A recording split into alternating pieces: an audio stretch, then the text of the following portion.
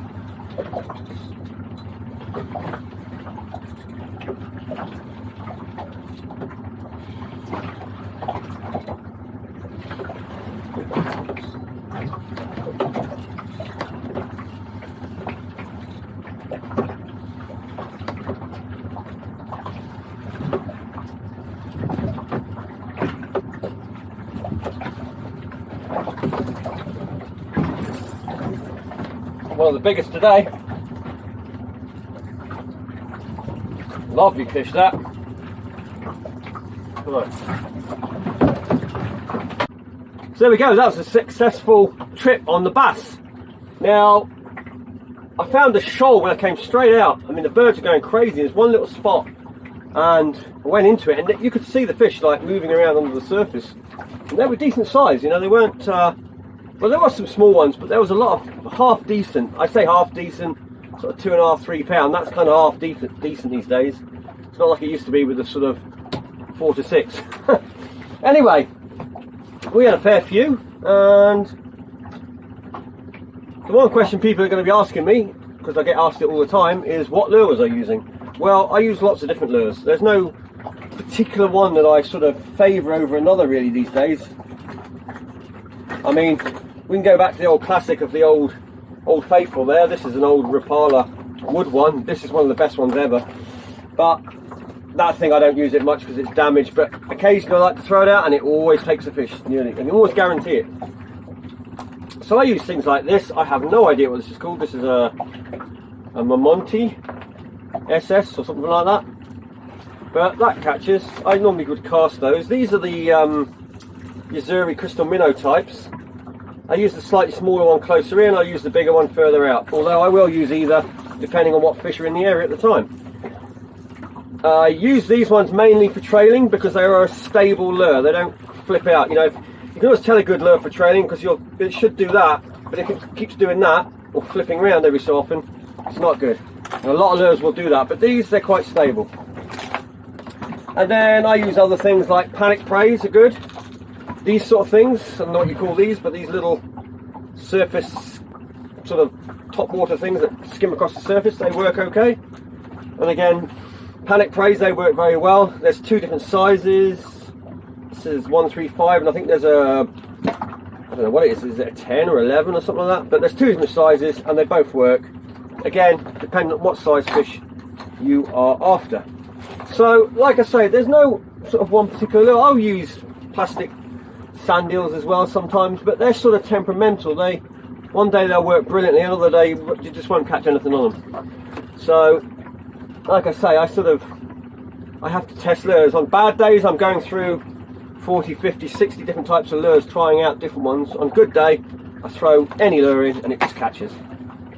Like I said, the best thing is look at the bait in your area. What sort of things are around where you fish, and then try and match your lure up to that, because that's normally how it works. I mean, I find the sort of bigger lures work better later in the year, the smaller lures earlier, and that's all down to later in the year you've got a lot of small mackerel around down under the water.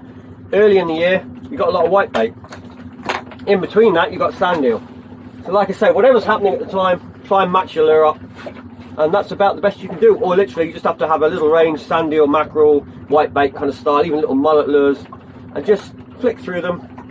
You know, give one half a dozen casts, give another half a dozen casts, and just keep doing that until you find which one works. I mean, having one lure and saying this is the best lure catches every time, but it's just not true, because I've gone to years of using different lures, and there are some that have an edge, but in general I've not come across one that just catches consistently. Like I say, it's all down to what the bass are feeding on that day. Some days, none of the lures will work. And other days, you can throw anything. You can probably throw your shoe in with a hook on and it'll catch. Right, I'm going to go off and do some pots now. Because it's all gone quiet. And that's how bassing is. 1 minute, lots of fish. Next minute, nothing.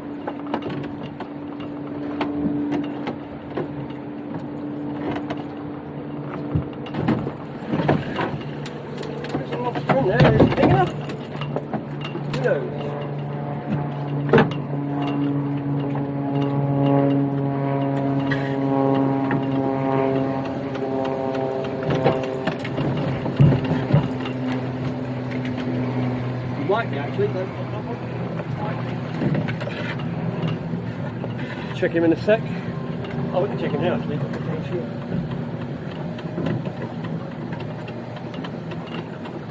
Oof. He's right on the gauge, so we'll let him go. When they're that close, we won't worry about it.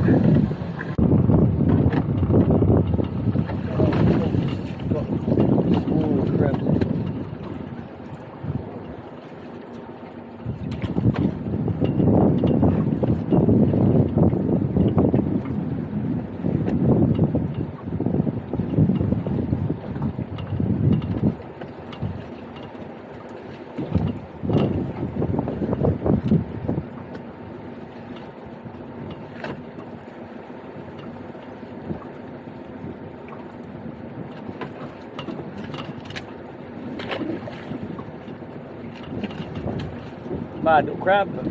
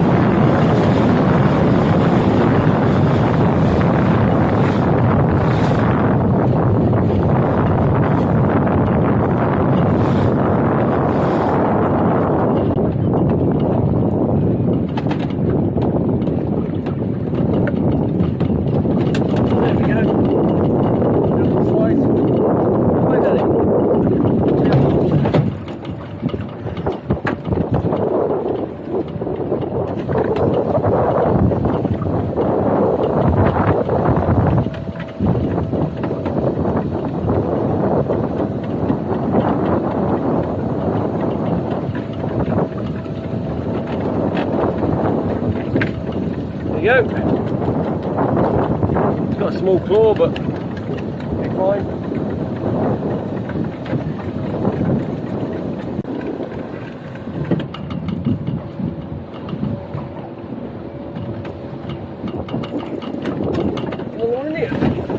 Lovely job.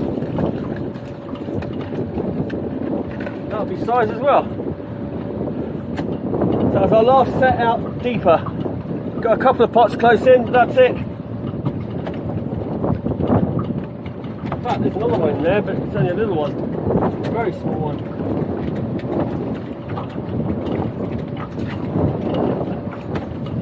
Yeah, little tiddler.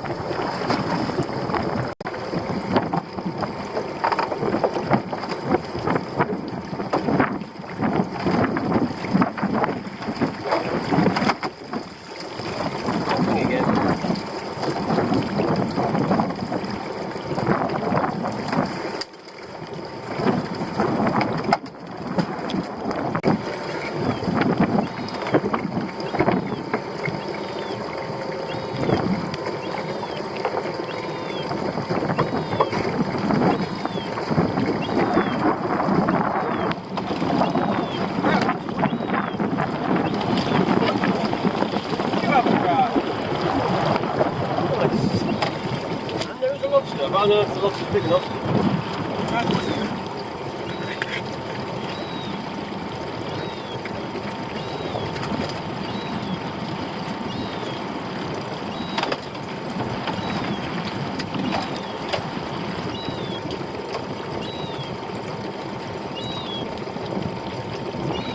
She's hard, but I don't think she's that hard to shell.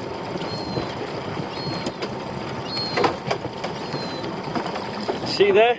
Nice crab. Thing is, she's a little bit light. She is hard, but I think she's not going to be hard enough. I think she'll still be quite watery. And being a female crab as well. But it's not a bad one. But we'll let her go.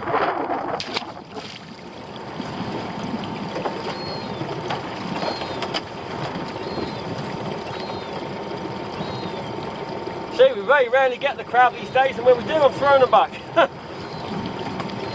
Madness.